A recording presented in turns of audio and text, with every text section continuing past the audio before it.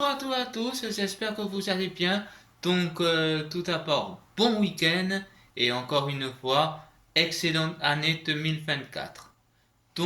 Aujourd'hui, je vais vous parler d'escrime et je vais vous parler de la parade riposte. Alors, tout d'abord, c'est quoi une parade?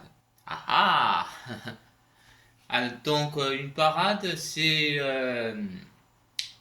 qu'on bloque la lame de l'adversaire pour attaquer. Voilà, on appelle ça une riposte. Voilà, une parade riposte. On mélange les mots, parade riposte. Voilà. Donc, je prends mon épée et j'imagine qu'il y a l'adversaire, donc je me mets en garde. J'imagine qu'il y a mon adversaire. Donc, quand il ou elle euh, marche, moi je fais une retraite ou plusieurs retraites. Et quand il ou elle recule, moi, moi j'avance. Et quand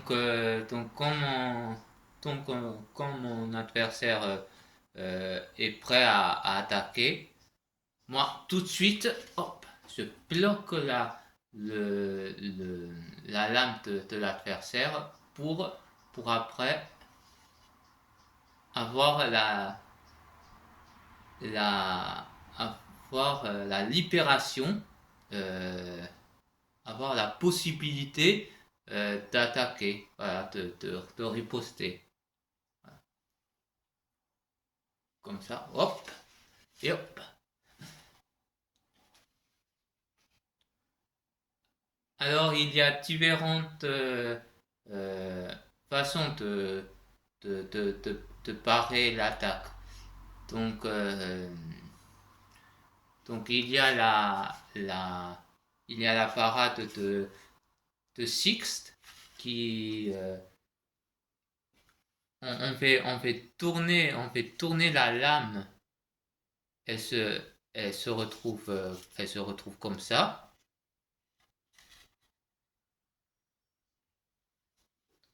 Voilà. En fait, le poignet, il est comme ça. Et le poignet, pour se mettre en sixte, il, il faut le faire tourner, hop, sans pousser les doigts. Il faut que le pouce soit bien, bien en haut, en contact avec la coquille. Hop, je tourne mon poignet, en même temps la lame, et euh, vous êtes en sixte. Et la parade de cartes, quand, pour la carte, c'est de l'autre côté. Voilà, vous, vous tournez le poignet et vous êtes comme ça. Vous êtes dans cette position-là. Sixte, carte. Sixte, carte. Bon, euh, après c'est un peu technique. Il faut encore que j'apprenne ça. Parce que ça fait la deuxième, ça, ça fait la deuxième année que je fais de l'escrime Marcelès. Et, excuse-moi. Et il faut que j'apprenne des choses, hein. Parce que bon, voilà, j'ai pas fait des, j'ai pas fait de l'escrime toute ma vie, voilà, je suis qu'un débutant, hein. Même si je sais déjà euh, vers une marche, une retraite, une fente. Euh, là, ça prend la sixte, la quarte. Euh, Après, il y a l'octave, la septime, la quinte. Mais bon, il faut que j'apprenne ça parce que je suis pas tout à fait au point et je n'ai pas envie de vous raconter des bêtises. Voilà. En tout cas, une parade, c'est euh, c'est quand on bloque la lame de l'adversaire pour qu'il évite de nous toucher. Et une, une, une, une, une riposte, c'est c'est euh, c'est quand on touche l'adversaire. Voilà. Donc, vous connaissez déjà la marche, la retraite, le salut, hein, en, en début de match et en fin, c'est important. En début de match, donc on appelle ça un assaut. Euh, on, euh, on vérifie et même quand on fait et même quand on ne fait pas d'assaut, hein, on vérifie les coquilles pour savoir pour, euh, pour voir s'il y a un problème ou pas. Voilà, chaque les deux escrimeurs avec, avec la lame, avec leur lame, touchent la coquille de son adversaire pour voir si ça s'allume, ça veut dire que c'est pas bon. Si, si les petites lumières s'allument quand on touche les coquilles, ça veut dire qu'il y a un problème. S'il n'y a rien, si ça, si ça, si ça, si ça se, si ça s'allume pas, ça veut dire que c'est bon. Voilà. Donc, donc après la position de garde, je vais, voilà. Et là, j'ai changé j'ai changé de pièce Euh, comme ça, j'aurai plus d'espace pour vous montrer les exercices, pour que vous voyez bien l'emplacement des jambes et tout ça. Donc, pour la position de garde, voilà, il faut fléchir les genoux. Et, et alors, c'est, je fais souvent cette erreur. J'ai tendance à refermer les genoux. Voilà. Alors qu'en fait, non. Il faut, il faut les garder bien droits. Il faut que les genoux soient,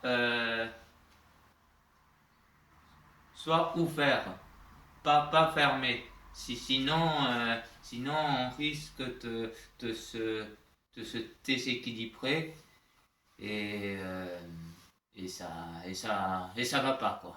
Bon après on peut rectifier, mais quand c'est trop tard, c'est trop tard. Voilà. Donc donc il faut bien regarder la position des pieds, des jambes et donc donc il faut que, que le pied euh, que le pied droit ou gauche si vous êtes gaucher reste toujours dans le fixe dans,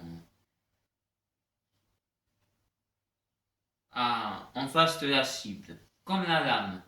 Il ne faut pas qu'elle parte comme ça, ni comme ça. Il faut qu'elle soit fixe face à l'adversaire. Il faut vraiment menacer l'adversaire. Et après, voilà. Et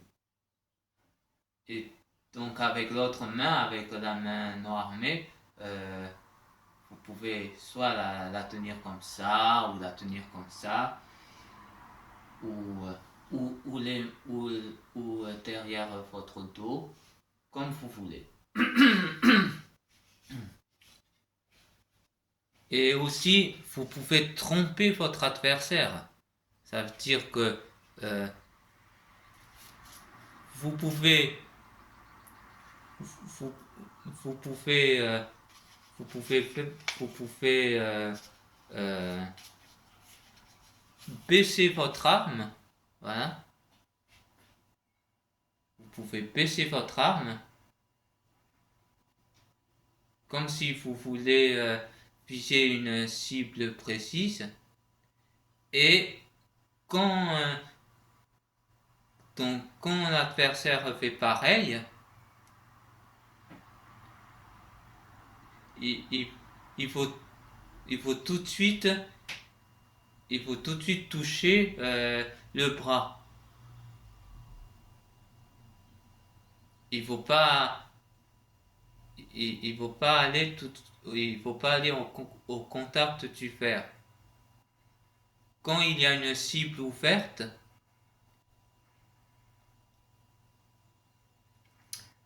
quand il y a une cible ouverte, il faut toucher direct. Il ne faut pas chercher à comprendre. et, et aussi, quand l'adversaire fait une fente, on appelle ça faire tomber dans le vide. On peut faire des retraites, plusieurs retraites pour que l'adversaire ben, ne puisse plus nous toucher et nous tombe